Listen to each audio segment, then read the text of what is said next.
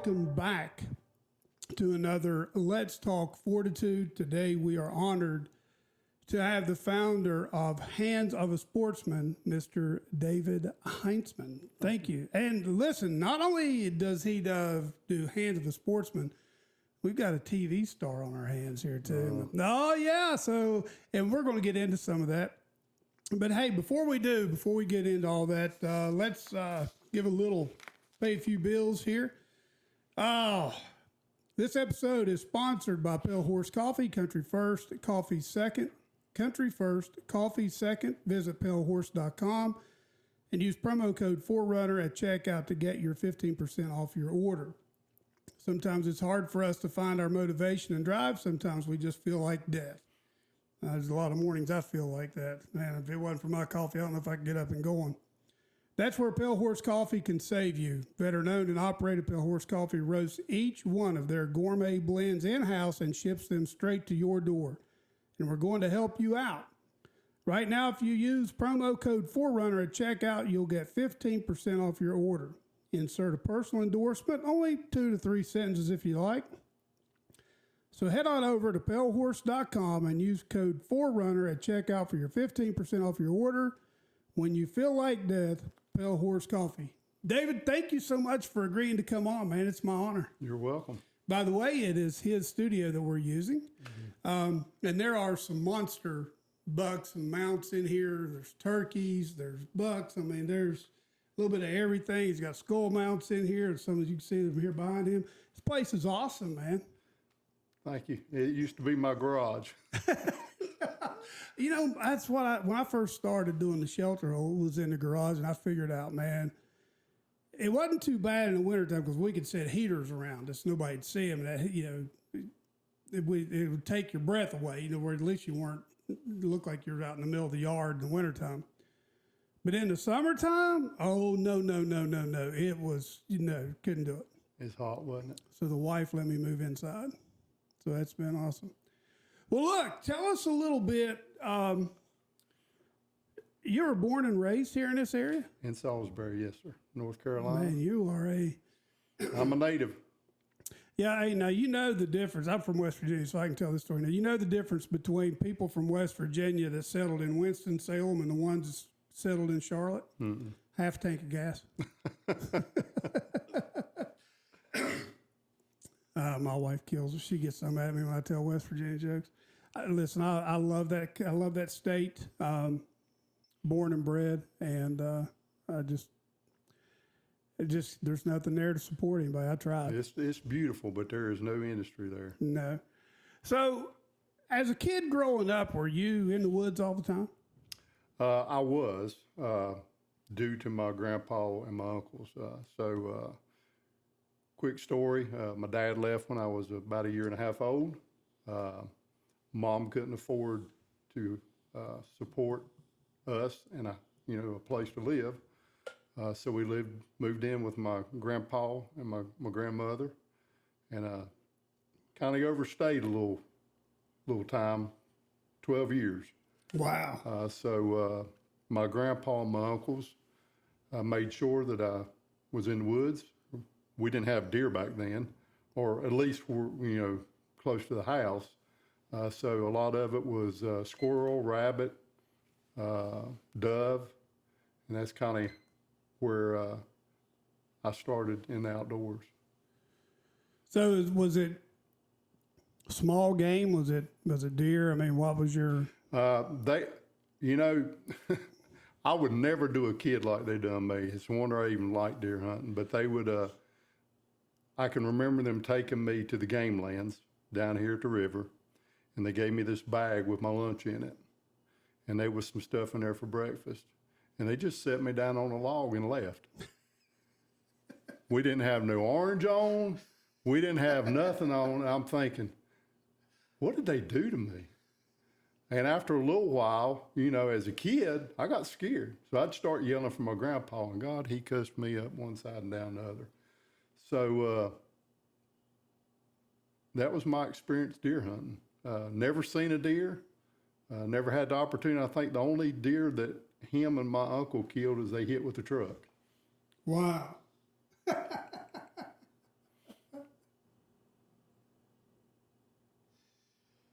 So small game, did you hunt small game back then? Squirrel and rabbits. That was about the extent. I can remember when my mom, we moved from my grandmother's house. Basically, there was a lot beside my grandmother's house that they had a trailer on. They rented that lot. And when the guy moved out, my mom bought that lot and built a house right beside my grandma and my grandpa. So I didn't go very far, about 40 yards. So I can remember a time that my mom had came in the living room and she's like, "What's wrong?" I said, "Nothing." She said, "No, what's wrong?" I said, "Well, I ain't got nobody take me hunting." She said, "Go get your gun." I said, "What?" She said, "I'm gonna take you squirrel hunting." And she took me squirrel hunting and sit in the woods with me. And Really? I can still remember that. That is awesome, man. But that's the cow cut my teeth, as far as hunting. My, like I was telling Brad, is, my dad took me, but my Uncle Donnie probably took me more. And then when there wasn't nobody to take me, man, I just went. It's 1,000 Wonders I wasn't eat up with rattlesnakes, copperheads, and they're all over the place where I used to live there with my grandparents. But to this day, there's no peace or tranquility or the smells that you get when you ruffle leaves. I don't know. There's seeing squirrels in a tree or listening to them drop their cuttings out of a tree, listening to one bark, and trying to sneak up on it. And then when you deer hunt, especially if you bow hunt, you have to do your homework. Mm-hmm. I mean, very seldom do you ever go out and just sit down and kill a deer with a bow. If you're having, you've got to get them things close. Mm-hmm. So as you grew older, what drew you to what you're doing now, or to the video business that you have? So let's start off. I met a guy. I say a guy. It was a kid in 7th grade. His name was Robert Collins, and Robert is still, after all these years, my best friend. And me and him started bow hunting together, and fell in love with bow hunting. Started competing in archery. Helped run the archery club for 20 plus years. Loved 3D archery. And when me and Robert got our license when we turned 16, it was on. Because now we could get somewhere to deer hunt because we had our license. So me and Robert hunted here in North Carolina and really all over the United States for years and years and years and years. And about 20 years ago, maybe 25, I can remember the video camera still had the black and white viewfinder. That's how long it's been. So it's been a while. And we started filming some of our hunts and really enjoyed that part. And as we advanced as hunters, the equipment advanced a little bit. So we just enjoyed it. When we were doing it just for us, we didn't even know how to even edit it. We'd plug it up to the TV and watch it like, that's cool. So, I guess about, trying to think, probably 15 years ago, 16 years ago, met Ken Cobb, which was the host of Hunting the World Southern Style, which was located in South Carolina. And I started filming for him for his TV show. And after about 4 years, somehow I ended up starting my own show here in North Carolina. So I'd met Brad and met Derek, and I knew that we couldn't do all of this just with a handful of people. For those wanting to start an outdoor TV show, it's a lot of hard work. You have to have people dedicated to sit behind the camera. And what happens is people love to hunt so much, they realize they're missing out on the hunting part because now they're the cameraman. So I think people have a false vision of what that's like. But I had some pretty good guys on my team. They were very good. Some learned at a different pace. Some were really good. But as we grew as a group, the production got better. So if you go back and look at the first year and in the 10th year, there's no comparison as far as production value. I've watched some of your videos, and I told you, I said, dude, you need to be doing the filming here, not us. And it's very well done, very professional. Well, it's it wasn't nothing I went to school for. It was all self-taught. Brandon Curran, which ended up being my co-host, he had a couple years experience on me as far as the production part. So he taught me a lot. And then I've just learned, different things over the years to up the production value of the TV show. One thing that brought me to Hands of the Sportsman, though, was really Brad and Derek. Derek had asked me the first year we started the show, he's like, you really need to go and visit this hunt next county over. There's a family down there, the Behringer family, and they do a disabled hunt. And I think it'd be cool if we could show what the community is doing to give back to these people. And my exact question was, why do I want to go film a disabled hunter? I had a very rude awakening waiting on me after that weekend. And I found out that weekend wasn't about killing deer. That weekend was about giving back to others. And when you spoke about your wife and her having a disability, but she wasn't raised that way, I think that's the biggest thing I came away from that weekend was those people don't want your help. They want an opportunity to hunt just like me and you. So that hunt gave them that opportunity. They didn't want you to help them with the chair. I can remember bringing people here at my house, stay with me, and literally a guy dragging a wheelchair up my steps. I'm like, Keith, I'm right here. He said, yeah, but what you don't understand is 2 days from now, you're not going to be right here. So I have to learn how to do this on my own. Wow. And that, that's what's driven me all these years is just, it's not the deer hunting. It's helping somebody just because. I ain't looking for nothing in return. I just want to put a smile on that person's face and make one day out of their life a better day. Well, it's like I was telling Brad that if you go do a hunt like what you do, or you go to the Sawtooth, and you go there to get something, you're there for the wrong reason. You're there for the wrong reason. You've got a sick ambition. I mean, if you're there to promote yourself, we went there to film, not to promote Forerunner or anything that we do. We went there so that we could produce something to put out there that might bring sponsorship or somebody else in, or maybe somebody has a disabled individual that never had the opportunity to hunt, that can put their name in the lottery to possibly, or reach out to you guys as well. And that's why we're here now, is because of what you do. That's Matt's vision for us. When he wants people to come there and see that, and then take it and grow it in another area. And it is starting to happen. But go ahead. I mean, it's because you know Matt a lot better than I do. Well, I mean, I just know what his vision is for North Carolina and people that come there. Me, I left there that weekend. I told Matt, I said, listen, I will never, ever miss this hunt again. If I do, I'm in the hospital, or I'm 6 foot in the ground. And I ain't. I've been on the filming part, and since, proceeding with the Hands of the Sportsman, I've now been on the guiding part. I get something out of either one of them.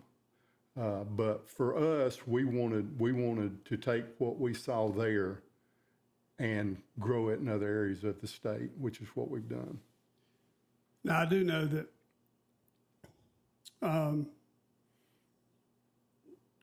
you've had somebody actually spin off of what you're doing, right? Yes. So get back to the TV show. There was a group of us, and Some were field staff, some were pro staff, some were just videographers. Some of them never even picked a camera up, and you have to teach them.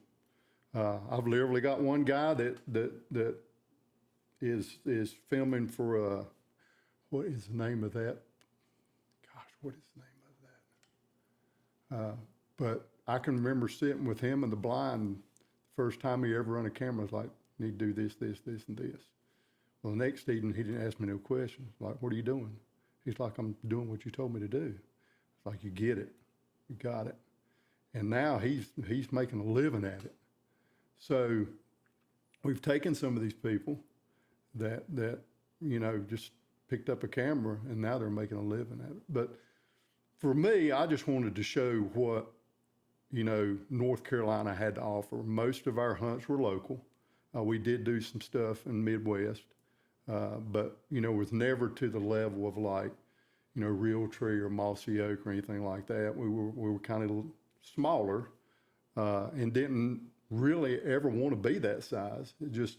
It was a vision of, for me, at least from the beginning, hey, I think this would be cool. I knew it was going to be a lot of, I can remember coming in and telling my wife, like, "Hey, I'm going to start a TV show." She's like, "Really? How are you going to do that?" I was like, "Well, I mean, we'll get sponsors and, to pay for all this stuff." She said, "So they're going to pay you to hunt?" I said, No, they're going to pay me for an ad, a 30-second commercial." "Okay, we'll see how all that goes." 11 years later, still doing it.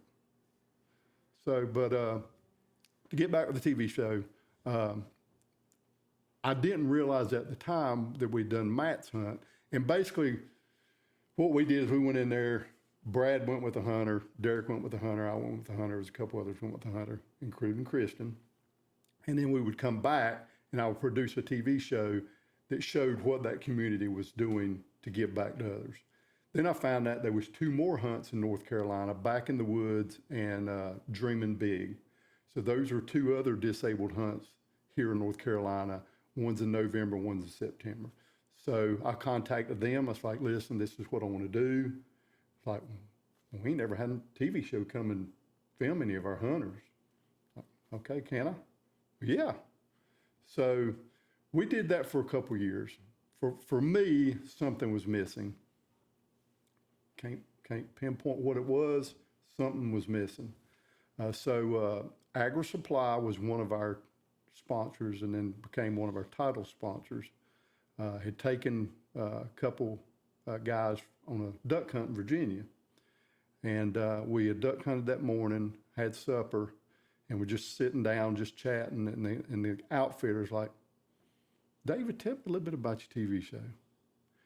And I went on and started talking about the show, and it was called Passing It On Outdoors, so a lot had to do with kids, and just continuing the tradition of hunting. I said, "But what I really want to do is this."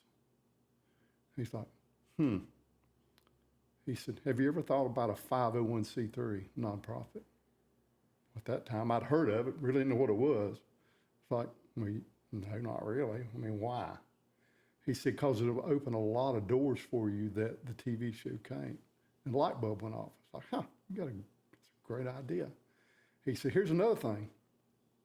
You're on a national level, right?" So, yeah. He said, "So you already got a platform to advertise for a nonprofit." It's like, you're right again. So it took 2 years, but we, people don't realize there's a lot of attorney stuff that goes on in that. Exactly. So we had to get that squared away. We had to get our logo squared away. We had to get our mission statement squared away, before we could even launch this, which took about 2 years. And then that's what I did from 2016 to 2020 is we kind of combined Passing It On Outdoors and then promoted Hands of Sportsman as a nonprofit that we supported as a TV show. That's awesome. So you realized that you had God was pulling you in another direction, and you felt that. He was trying. I was resisting. Let's put it that way. So how long did it take you to finally say, "Okay, Lord, I hear you"? Of course, you got to understand, I work a full-time job. I'm a welder by trade. So I was trying to work a job, trying to produce 13 TV shows, trying to get a nonprofit up off the ground, raise money. And I literally felt like I was like drowning for 2 years. And to mention what you connecting with other families that may have somebody disabled and doesn't know what we do, I run into that a lot because they don't understand technology and the equipment we have. We can take somebody totally blind and help them shoot a deer. We can take somebody that's totally paralyzed from the neck down and help them shoot a deer. So I'd say 2018 to 2020, I was literally just drowning because I spent 6 months in my dinette editing TV shows. Then you're trying to promote your TV show, promote your nonprofit, do your social media. And it's like, God, I just can't keep up with all this stuff. Something's got to give. And that's where the good Lord was just like, I got a plan for you. Like, okay, what's that plan? So I guess in 2019 at the end, I'd met this family and we had planned to take this kid deer hunting. He was severely disabled. And at the time, his parents didn't like, how are you going to take my son and help him shoot a deer? So we can do that. We can make that happen. And we did. And we literally sit there in the blind and cried together. They were so overwhelmed that their son had accomplished something that they didn't think was possible. And about 2 weeks later, I got choked up when we started talking about this last time. About 2 or 3 weeks later, I went in the mailbox and there was a card from his family. And in that card, it says how our organization and myself, and I don't take credit for none of this. I don't do this to get credit, but how we had changed their family's life and that kid's life. And I looked up right then, I was like, you know what, Lord, I get it. I get it. And I walked in and told my wife, I said, I'm done with the TV show. And she's like, what are you talking about? I said, I'm done. She said, but you worked so hard for this. I was like, this ain't what the good Lord wants me to do. He wants me to do Hands of a Sportsman. So I called on my sponsors, and even Agris replies like, David, I've been waiting on this phone call. I just wonder when you was going to do it. I just can't, it ain't in my heart no more. I got to see where this is going to take me. So it's been a good transition. We've blessed a lot of people. Our organization is a little different. Some just cater to a veteran. Some cater to a disabled kid. For us, we cater to an able-bodied kid, a disabled adult, an able-bodied veteran, or a disabled veteran. So we cover a wide range of people, and we do this 365 days a year, and it goes, as soon as we come out of deer season, it's right into, a pheasant hunt and right into turkey season and right into fishing season and right back into deer season. So generally we'll connect with somewhere around 150 different families a year. Wow. So it's around the clock. It's 365 for you. There's no downtime. Now with your hunts and your fishing trips, is it a lottery? How do you select? So we have a website, and then we'll usually at the end of January, we have our annual board meeting in January. So if you wanted to do a hunt, you would submit a bid and say, okay, I want to take 20 kids hunting and it's going to cost X amount of dollars. And you submit that bid to us. And then we will either approve it or disapprove it. So we generally, like this year, we had 20 different hunts, events. Every event has a price tag on it. Luckily, we were approved by all of them. So it takes a lot of money. But to get back to your question, we'll put those hunts on our website usually around February 1st. If you got a kid that wants to go on a squirrel hunt or a fishing trip, you sign up for that, you fill out that application and submit it. So every hunt has his own category. And then when we get ready to draw those hunters or those people to fish or that youth day, we already have a pool of kids for hunters to select from. And you don't discriminate Nope. between whether they're handicapped or not handicapped, or We can handle them all. you handle them all. Now, back in the day, Lord, if we had the equipment we got now, we would have shot some deer. You know, I'm glad you brought that up because I went on and watched some of your videos, and the technology that you guys use in a blind now, It's incredible. that you can actually, correct me if I'm wrong, but there's a camera on the gun that's looking down the sights, correct? Or there's the scope is a camera. It's basically a tube that transfers the image up into the computer screen. So you know exactly where those crosshairs are at. When that youngster or disabled person, whoever it is looking down that scope, or however they're looking, whatever they're looking at, you know where those crosshairs are at. So you can say, no, Yep. you know, squeeze, you know, whatever, to kind of help guide that, Right. to make sure, because Especially it works very well for a first-time hunter that doesn't understand where the crosshairs need to be on a deer. and that their heart is about to pound. I mean, it's hitting their brain. It's pounding so hard. I'm going to tell you, I've had people go with me. It's like, man, I was tore up. I felt like I was shooting 60-inch deer, and I'm just a spectator. So I think part of that is you don't want to fail the kid, right? Right. You want to make sure they understand where the crosshairs need to be. And especially if I've never been with a kid, I've never seen them shoot, I just put that on there as an insurance policy. Because I've had kids before to get on the deer, and it's like, now? I was like, no, not now. Look where those crosshairs are at. That's not where they need to be. And I'll help them aim. Right. And as we grow them as a hunter, I'll take that off. But before, and here's what people also need to know, is I saw where you guys actually take the kid and you show them before they ever go to the blind, here's where you want. Right. Here's where you want to hit the deer. Here's where you want your crosshairs to be. If it's, you know, you don't want to gut shoot one, so you want to make sure. And here's the thing I always taught my boys when they hunted. We owe it to the game we hunt to put the best humane shot on that animal Right. as possible. That if we don't go out and spend our due diligence practicing, making sure we know what our equipment's capable of, that we know our equipment, we're doing an injustice to the game. Right. And we shouldn't be out there.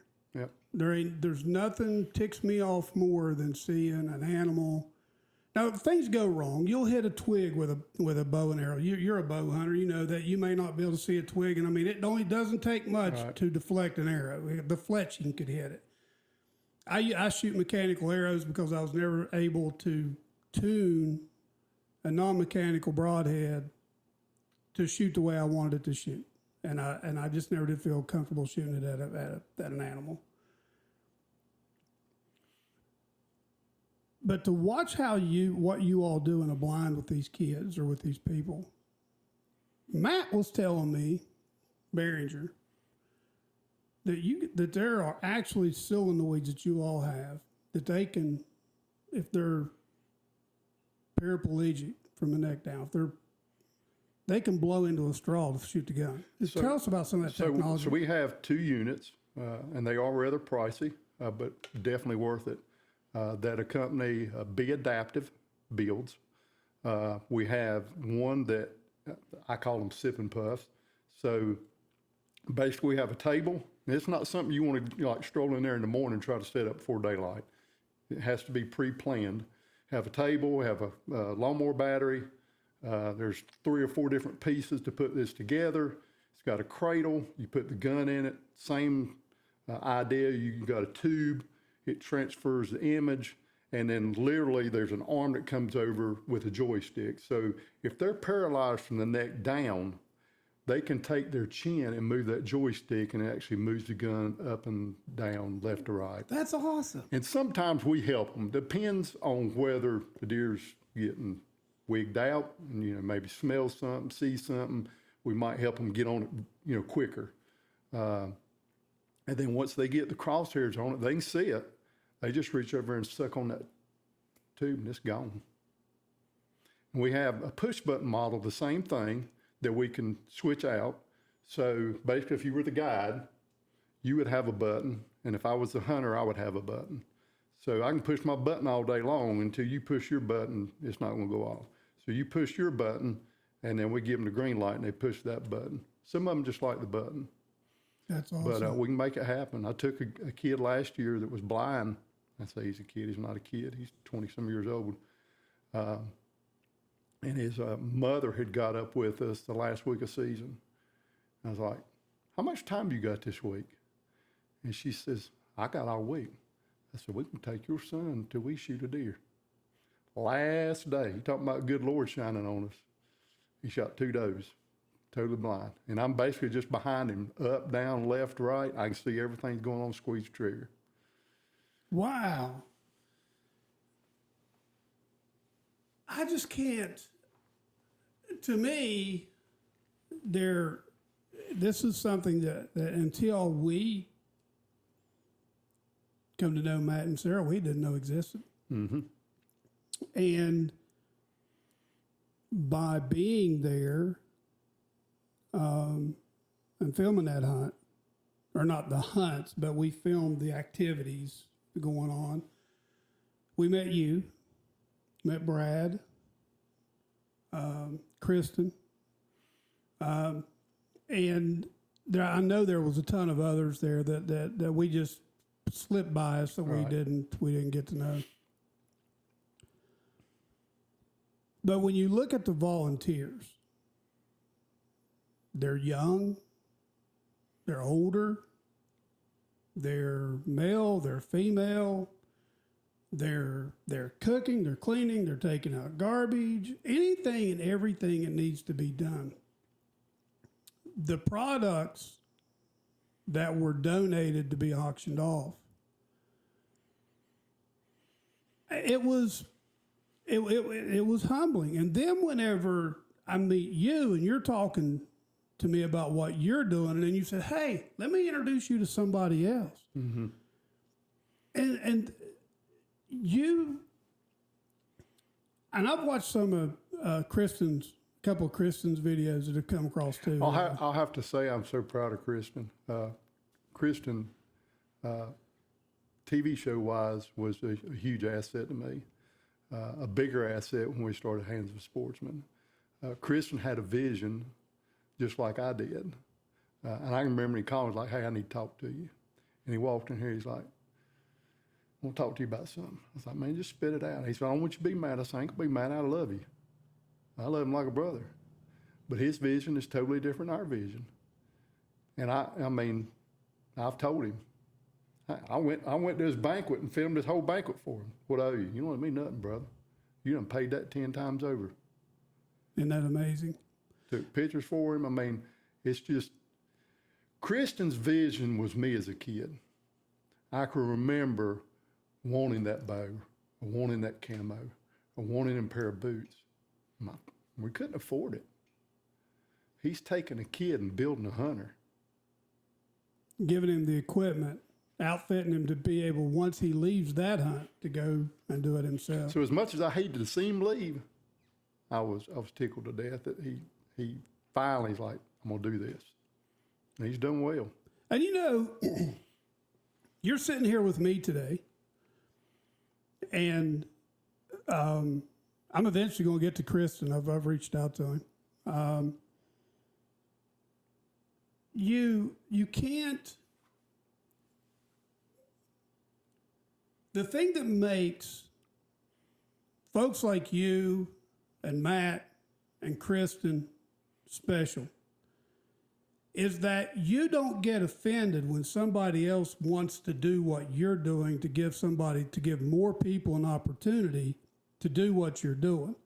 And if it's a little different, like what Kristen's doing, who knows? Maybe one of those kids that he's out there, let's say he has a 10-year-old that comes through, has a hunt with him, comes back in 5 or 6 years. He's a teenager now. Hey, I want to be part of this. What do I have to do? Because there's going to come a point where we get old enough, David, we're not going to be able to do podcasts and do Hands of the Sportsman anymore, that we're going to have somebody else take that torch and keep on running with it. And that's what you're doing is what I want people to see is your heart. And to give you exposure as much as I can through our podcast to show appreciation. And if there's somebody out there that has a child or somebody that wants to support you, because you are a nonprofit, so whatever they give you, they can deduct it. We don't have that. We don't have that luxury right now. But if you had to, and I know this is probably hard. You may not be able to do this. And if you don't want to answer it, you don't have to. Over the years, has there been one or two, maybe three, that has really left a special place with you? That you knew that when these people came, when this person or these people came along, that you knew there was something special that in a way had an impact on you that maybe somebody else just hasn't had over the years? Well, it's a two-part question, okay? First off, yes, but I have those hunters every year. But there is one that I met at a trade show, the hunting show in South Carolina, and her name was Jessica. And she rolled up in a wheelchair, and she had camo on. And when I see somebody, especially in a wheelchair, I'm just like, bam, I'm right there. And I just struck up a conversation with her, and we got to talking about hunting. And I was like, well, how many deer you shot? Well, I ain't never shot a deer. I was like, man, we need to get you hunting. Her mom and dad walked up. And I was like, hey, we need to get your daughter on a deer hunt. And she looked at me and she said, blah, blah, blah, blah, blah. And I'm thinking, well, what was all that about? Trying to take your daughter on a deer hunt. She said, honey, do you know how many people has told my daughter they're going to take her on a deer hunt? No, ma'am. She said, a bunch. Do you know how many people's actually taken her on a deer hunt? No, ma'am. None. Well, first off, I'm sorry that's happened. Second, I ain't that guy. And we're going to take your daughter on a deer hunt. And I'm going to be with her when she shoots her first deer. And that's exactly what we did. So if you'll go around the backside of this, she made me a big portfolio of all the pictures we've had together. Really? And, I don't get to see her as much anymore. She's pretty active. But I'd say that family that's what our mission's all about, is just taking that person and make a better day or a better weekend for them, even if it ain't one weekend out of the year. Because people don't understand, we get up, we put our boots on, we go hunting, and it ain't no big deal. Yeah. Sometimes we don't realize the gift that we've been given to do that. And I mean, like Jessica, it wasn't her fault. She had a disease that attacked her body when she was like 11 or 12 years old. And they caught it just in time before basically it took her life. Yes. So Jessica just wanted the same thing we wanted, to go deer hunting. How many deer has she killed over the years? Or do you know off the top of your head? Well, I know she shot a couple at she shot a couple with us, and then she shot a couple at Matt's. And I don't understand, because she's from South Carolina. That stuff needs to be available in South Carolina as well. And I don't know where that's at. I'm proud of North Carolina because there are several organizations here, like Matt's, like ours, like Back in the Woods, like Dreaming Big, that will take a weekend and just take people hunting. And if you're doing this, again, to get recognition, this ain't for you. Don't do it. Don't do it. Don't run it for the rest of them. Yeah. The rest of you guys that are out there doing this for the right reasons. It only takes one person to put a bad taste in several people's mouth, and then it ruins it for everybody, because that's just like Jessica's mom, blah, blah, blah, blah, blah. You talk a big game, but where is your game? Yep. And you were somebody that actually put your actions into what you were telling her. And I'm sure her mom was probably blown away. Oh, she was crying like a baby. I think we all were. She wasn't there. We couldn't get everybody in the blind, unfortunately. But when we got back to the hunt, it was on then. There was a lot of hugs and a lot of laughing, a lot of crying. Hey, I have to have a question for you. So in a couple of videos that you watched, they were funny. I mean, some of them were just super funny. That one of that guy was in the blind with y'all. So I see where you all put some of their parents in like a stand or something off to the distance. Mm-hmm. Are there cameras there that they're watching? No. They're just waiting to hear a gun go off. Yeah, so back in the beginning of this, we learned real quick we couldn't use like a standard blind. Standard blind holds 3 people.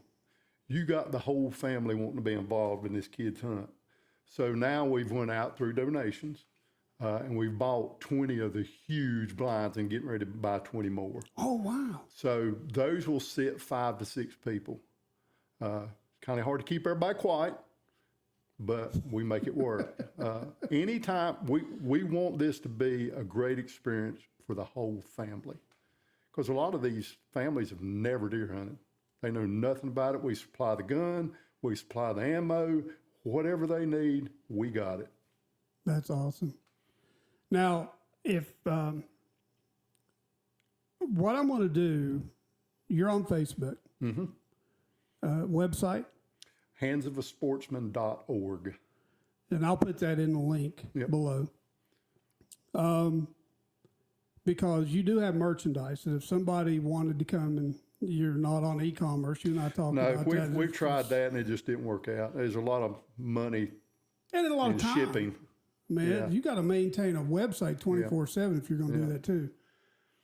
So, and that's not our mission. Our mission is not to sell apparel.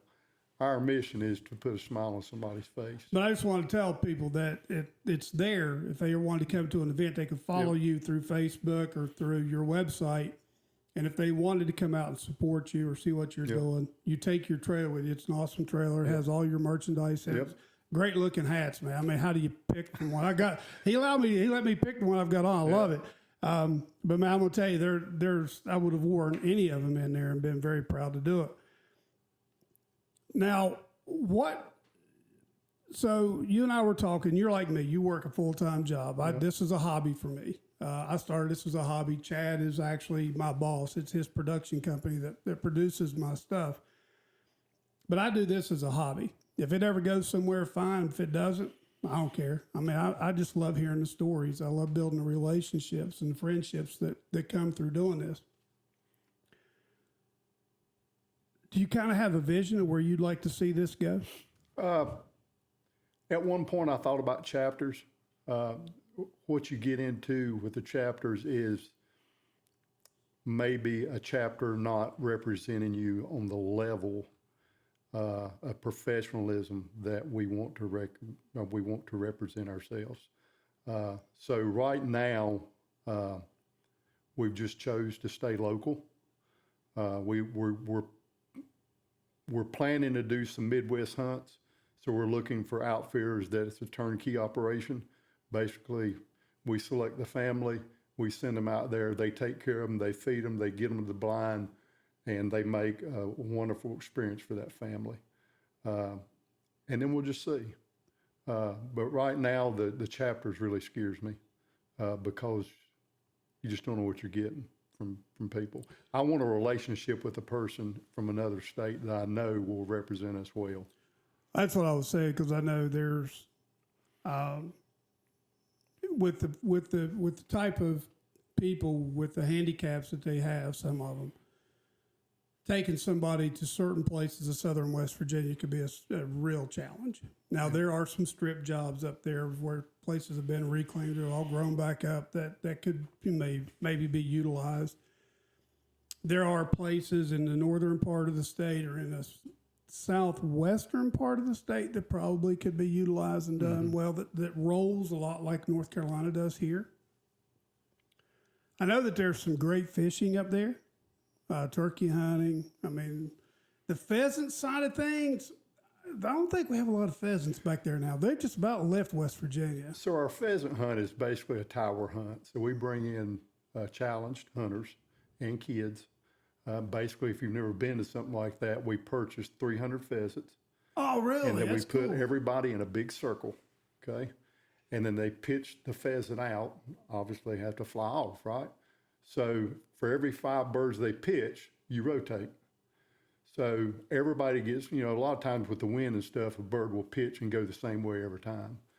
So we had some pretty interesting. There was one guy who was shooting. I mean, he was wearing them out, and he's got one arm. So we finally found a gun he could wear them out with, and boy, you couldn't control him then. So, and it was pouring down rain, 36 degrees, and not one hunter come in did not have a smile on his face. I'd love to come out and watch that. So I mean, I don't have to participate. I just want to come out. I just want to come out and watch and just be there to support and love on people, man. I think it would be awesome. So when you go fishing, is that local as well? Is that like ponds? Is it streams? We did a pond, and then in Justin Whiteside down at in South Carolina, he did a big catfish day for us, and it was totally awesome. I mean, he made one call, man, and he had like 28 boats. So we took 30 kids fishing, and there was church right across from the board where they launched the boats. So we all met there. He took care of everything. That's the type of people we're looking for. It's like when Justin came to us, it's like, what do you need? I don't need nothing. You just give me the kids. You don't need nothing else? No, I'll take care of all of it. Don't worry about it. That's what he done. And to me, that's the people I'm looking for. Don't tell me you're going to do something, not do it. I judge everybody on their character, the type of person they are. And usually, you get me once, you won't get me twice. Yeah, it's a great place. Let's take a quick break here. This episode is produced, mixed, and mastered by Forerunner Productions. For more great content, search Forerunner Productions on YouTube or wherever you get your podcasts, and become a supporter by visiting forerunnerproductions.com. Forerunner Productions, telling the best stories ever told, capturing the soul of our society. No society can survive without real, authentic storytelling. Sadly, the stories of today's society are hollowed out. Shells of the epics that forged it, Hollywood prefers to pander and cancel, and the media only shares what they want you to know. This is why you need Forerunner Productions, dedicated to telling the truth and telling it beautifully. Forerunner Productions delivers stories in a way Hollywood has all but abandoned. With 5 different podcasts, weekly articles, and book publications, there's no place in the entertainment world that Forerunner Productions is afraid to go. Be sure to search Forerunner Productions on YouTube, Spotify, Apple Podcasts, or become a supporter by going to www.forerunnerproductions.com. If you want the truth and you want it beautifully, if you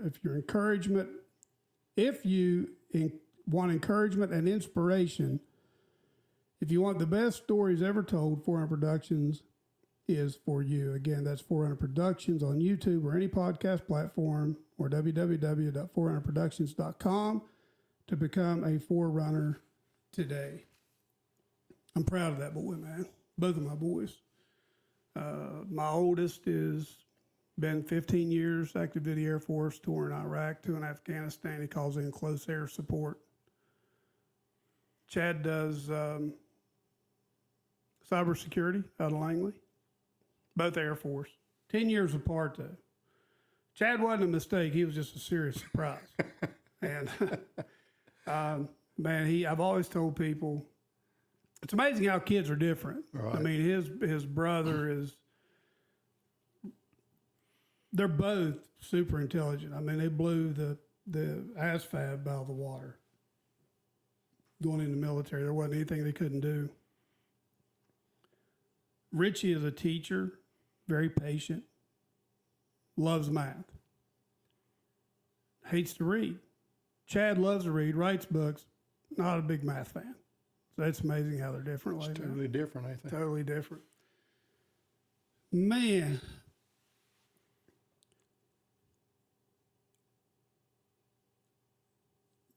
So Out of all your trigger pulls, is there one out there that, we'll go deer and we'll go turkey. Is there one out there that when that, let's say the turkey, when that tom showed itself and its beard was dragging the ground and you're like, oh my gosh. So is this for me or for a kid? This is for a kid. Okay. Turkey-wise, it would probably be, it was just textbook. I mean, we showed up, had this gentleman, actually he's on our board now. So that it's kind of funny how things come full circle, right? He seen what we had, loved it, ended up taking his son and his daughter. Actually, I filmed both of his son and his daughter's first bird. But it just couldn't happen any better. And there was a lot of prayer that went into that. And a little preparation. We had the landowners like, hey, I know where the bird's at. You just need to get next box stand, be quiet, don't call, put your decoys out, they'll be there. And it just worked out great. Didn't even have to call. I think I probably did some little tree yips, but literally that's all we did. Wow. I love hunts like that. It's easy. Is there one out there that when they pulled the trigger that they just come unglued? I mean, they were just hurrahing and just excited and happy. And I mean, just. Well, most of the time, to me, the excitement isn't the most important part. It's the emotional side of it. There's a little kid named Joel that me and Kristen filmed him at another disabled hunt. He didn't get a deer, so we invited him to come to Matt's hunt. And then I went and filmed. Kristen was guiding him.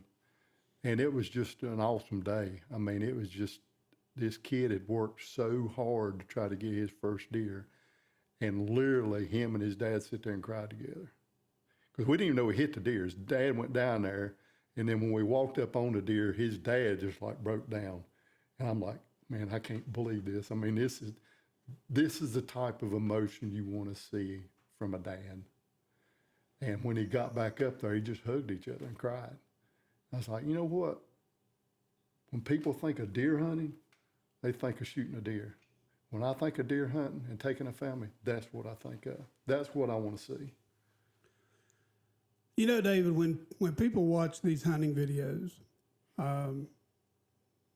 Mike Waddell's one of them. He's a big time hunter. He's got, he's got all the sponsors. Met him, and there's actually a picture of me and him and Nick really? up on the wall there. So when you see these guys in a tree stand, the deer comes up, they shoot, they hit, and they're breathing hard, and I mean, it's emotional, man. Yeah. I mean, even to these big time dudes that do it every day, when they lose that, is when they're going to quit. When you lose that, your heart beating out of your chest, your adrenaline flowing. I don't know how many guys. I know a guy. He's a taxidermist. He's a school teacher. Collapsed in his deer stand.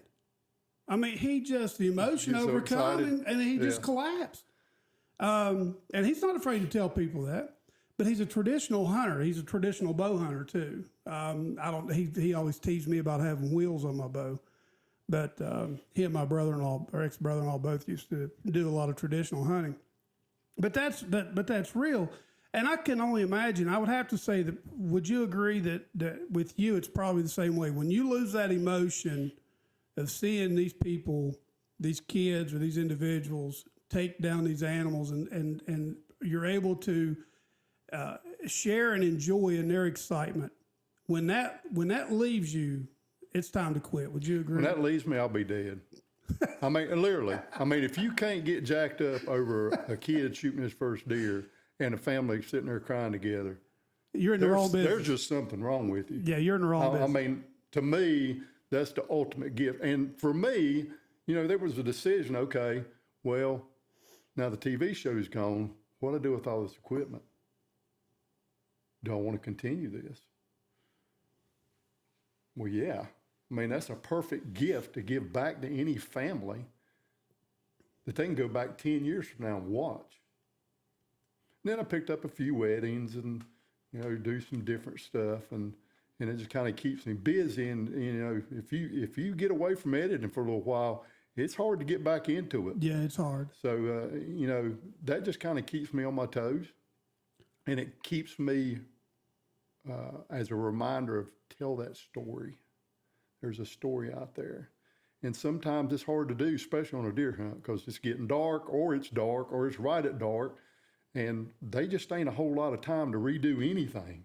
Yeah. So, I enjoy it. I enjoy taking 300 or 400 clips and sitting down and putting music with it and editing and You're very good. And making something worthwhile to watch. I'm going to tell you a little story about Chad. And this made me, it broke my heart, but it made me feel good at the same time. So I had put him in a ground blind in West Virginia behind his grandparents' house, and we knew there's deer galore behind there, and I knew exactly where to put him. I knew where they traveled. And it was one of those deals where we didn't have long, just a couple of days, because we lived in North Carolina. And when you spend that kind of money on a tag, you want to make sure you've... Right. So he had shot one deer, and I mean, it was a perfect shot. And was really excited. Well, what we didn't know was his 30-yard pin on his bow, or something had happened, and the sights had broken on his bow. We didn't realize it. Mm-hmm. And so the next deer that he shot up too far back, and he knew it as soon as he hit the deer. He knew that it wasn't a good shot. So I told him, I said, don't push it. Stay in your blind for about 30 minutes and then come to the house. Don't just walk as far away from where you shot that deer and come to the house, and we'll go back, and we'll give it 2 or 3 hours and we'll go find it. We found it. He was tore up, dude. He cried because he felt bad that he had put a bad shot on that deer. And it broke my heart, but at the same time, it made me feel good knowing that he respected the game enough to know that he did, it happens, mm-hmm. but it broke his heart that it happened, and that made me feel good. And I just pray that he'll pass that on to his kids. That's the thing that was always instilled in me is make sure you're doing due diligence by the game that you hunt. Well, if you're a hunter, it's going to happen. It's just the way it is. I mean, we make mistakes. We're just human. Yeah. And that's why I think so much of the technology we get to use these days. Because, again, back in the day, we would go try to find a deer and lose it, and ask the kids, like, where you aiming? Well, I think I was where I needed to be. Well, how do you know that? Well, now we can watch it. I mean, real time, what's going on, and then stop the kid, before he makes a bad shot. So I'm like you. I mean, you want to give everything due diligence, but it's going to happen. There's variables between that stock being on your shoulder to your finger to your jaw placement on your gun to look down your scope from the end of the barrel, whatever's between the barrel and then you never know, is that deer going to take a half a step from the time you pull your trigger? Is it, and shooting with a bow, it's even worse. Right. There's even more. Got to have them close. Oh my gosh. Well, let me ask you a couple quick questions. Okay. And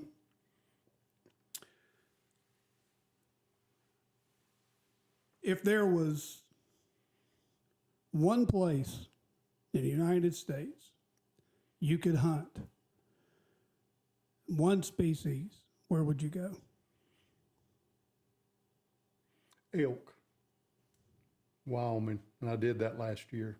I always, as a kid, my mom bought me Field and Stream magazine, and I always read about the elk hunts in a canvas tent. I always wanted to do that. And last year I was able to go on a 10-day elk hunt. It was 30 miles horseback riding back up against the park, Yellowstone. And like Brad said, Montana, Wyoming, those places in your mind don't exist unless you go out there, because it is incredible the amount of game. And I didn't shoot an elk. I had an opportunity on one. I thought he was a little weak on one side, and I let him go, and then one of the guys ended up shooting him. But, you know, it was my choice. But just to see everything out there and experience riding in on a horse and packing your lunch in and getting up in the morning, and there's literally a wood stove there keeping you warm, and your floor is tarp, and you got canvas over you. That's it. I'll never forget the first day we got there. He said, "If you leave this door open, my son will come in and make a fire." I said, "What do you mean, leave the door open?" He said, "Just leave the door open." And I said, "What about bears?" "Oh, they ain't gonna come in here."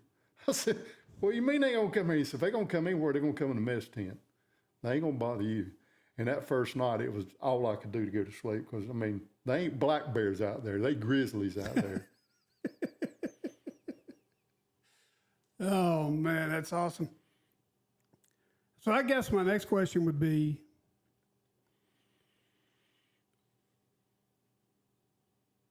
is there, well, have you ever thought about Alaska? Yes. I did Canada, but I don't know. I don't think Alaska intrigues me as much as Canada did. I don't know. There's just something about Canada that, I mean, when a guide drops you off and you don't see them, they're gone. There ain't nobody out there but you. I don't know. It's just yes and no. Alaska doesn't intrigue me as much as Wyoming or Idaho, Montana. The country out in the Midwest, I mean, the true Midwest, there's nothing like it. I keep telling my wife I want to go to Montana. And the reason I did it is because physically you have to be in shape. I mean, I literally ran on a treadmill and an elliptical trainer for like 4 months. And the second day I was out there, I had this little 21-year-old guide, and I was like, "Dude, you got to stop. I can't freaking breathe." But you're at 10,000 feet elevation, and nothing will prepare you for that. I don't care how much in shape you think you are. I was fine walking. I was fine climbing. I just couldn't breathe. So I just wanted to kind of get that out of the way. Favorite fish? Favorite fish, crappie, deep fried crappie. It's just, you can't beat it. That's what I hear. That's what they talk about on Duck Dynasty. That or catfish. And I know there's a lot of saltwater fish that's like phenomenal, but for us Southerners, it's hard to beat crappie and catfish deep fried. Yeah, I'm the trout and smallmouth would be mine. So you've been out west, so you've seen those guys. Same question to you. Well, I'm gonna hang on. So when you hunt over the years, what's been your favorite weapon of choice? Bow, by far. And I'm gonna ask you why, and I'm gonna see if it's the same reason of mine. Because it takes a certain level of skill to shoot a deer with a bow. It ain't something where the deer walks out. For instance, this year I'm chasing this buck. He pops out across the old railroad trestle at 220 yards, and I pop him. Did it take some skill for me to be in the right place at the right time? Yeah. And did it take a little bit of skill of propping up on a tripod and shooting 225 yards? Yeah. When you can get that deer within 30 yards of you and make an ethical shot with a bow, you've done something. My thing is, I think it's safer because I don't like the idea of walking through the woods and having somebody put their crosshairs on me with a high-powered rifle. But more than that is you have to get to know Mother Nature in such a way. I mean, between rubs, scrapes, is it pre-rut, rut, post-rut? What are they doing? What are they eating? Are there any acorns this year? Because in West Virginia, we're not allowed to shoot off food plots. You get caught shooting off a food plot, you'll go to jail. Yeah, you can't shoot food plots. And you can feed them, but if you shoot one with its face in a pile of corn, and you get caught, you're in trouble. So you're talking about baiting. Yeah. Okay. Basically, bait is what they call it. So when I hunted up there, you had two choices because there wasn't no crops, right? At least where I was at. So you had two things, acorns and meadows. Yeah. If the acorns wasn't dropping, you see a deer on a meadow in the evening. Oh, yeah, absolutely. And that's the thing about, and that's what I say about the different, being in West Virginia, we'll just say, because we spent so much time in the woods. First thing we did was we'd find some place where they crossing the street, where they crossing the road, because you'd see that, because they're a creature of habit. And once you find that trail, then you try to find, okay, where, if you find the does during rut, you're going to find the bucks. All right. So then once you find your scrapes or your rub line, then you're starting to get a little closer. But it takes time to do that. And when you're working 12 hours a day, 5-6 days a week, you don't have time to do that. And I'm just not the type of person that I can walk out and just say, that tree looks good, and sit there. I can't. I want to know that there's something possibly going to come by. So yeah, that's, but the safety part of it is big for me, is to make sure. I just like to be able to see what it is. And because there are people that will shoot into, they see brush rustling and they'll shoot into it, not even if they can't even see. So same question for you as Brad. If you go anywhere in the world to observe a sunset with your wife, where would it be? It's hard to beat the Midwest sunsets. There was one morning that we had found this elk that evening, knew where he was at, but we were going to have to leave like 2 hours before dark to ride, and then we had to hike the remainder of the way. But I remember sitting there and that sun coming up, I was like, you just don't see this in North Carolina. I mean, the good Lord just paints such a beautiful picture. And if you've not ever went out there, you don't understand. I mean, it's just a totally different way of living, the way things look, the way people act. It's just, everything's different. When you get out where you were, there's no lights. Well, actually, we couldn't even run a solar charger because that was against park rules. Every trail we take to get to that camp, they had to cut by hand. You could not have a chainsaw. If a ranger caught them using a chainsaw, the outfitter would have lost his license. Wow. And that's something you don't want to lose. You don't have 18-wheelers or cars on a road or beeping horns, or it's just They had nature. satellite phones. If somebody got an emergency, they could get. As a matter of fact, they flew a lifeline into one of the other camps. A guy got attacked by a grizzly bear, and they ain't but two ways of getting out of there. And one's with a helicopter, and the other one is a 10-hour horseback ride. Yeah, but it's just beautiful out there. it's the same way in the Navy when you go out on the deck of the ship at night, because when you're running haze grade underway, there's no lights out. Right. You're not lit up at night. You're dark. And so when you go out there, and especially if it's a night where the seas are calm and there's no clouds, it's a sky that you can't describe. Right. Because it's from horizon to horizon, 360 degrees around you. You just can't describe it. If I could go anywhere to observe a sunset, it would probably be on the deck of a ship in the middle of the ocean somewhere. I don't care where it's at, as long as it's clear. And I'm sure it would be pretty much the same. I've seen some of the most incredible sunrises and sunsets on the ocean that you just, I don't care how many days you spend in Key West, Florida, it's not the same. Right. Just like it's not the same where you're at. I'll put all your descriptions in the all these links that we've talked about. I'll put them in the description below.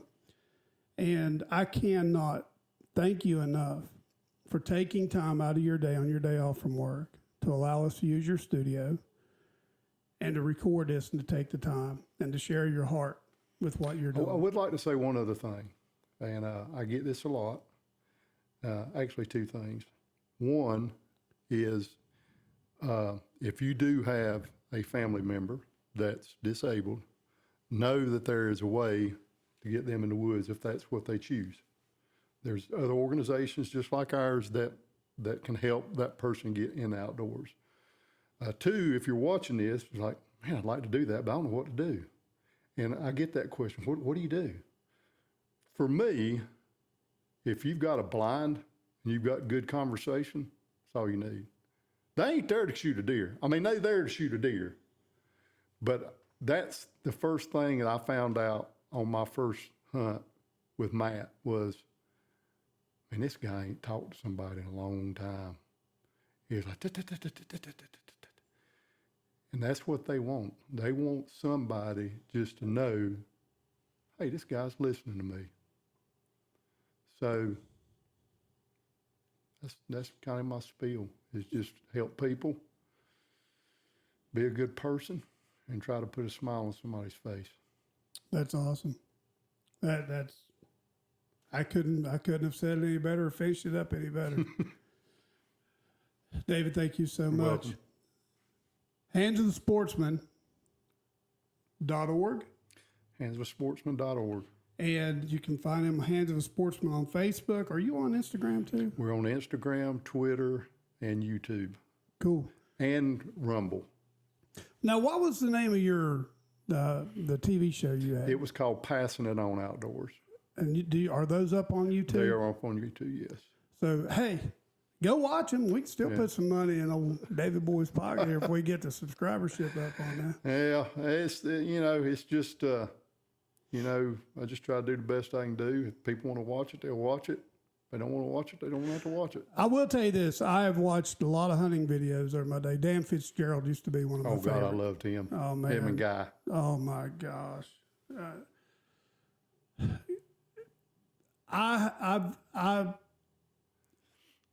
shot instinctively a compound bow instinctively for years because of him. Mm-hmm. And finally I said, I have got to put sights on this thing. And I went to a release and I'm like, hey, it works. And now it works. But I think Dan's son's still making videos today. I can't remember. It's definitely a rat race. I mean, it was fun. I learned a lot. It's a cutthroat industry. No Feathers is who used to hunt with him a lot. Mm-hmm.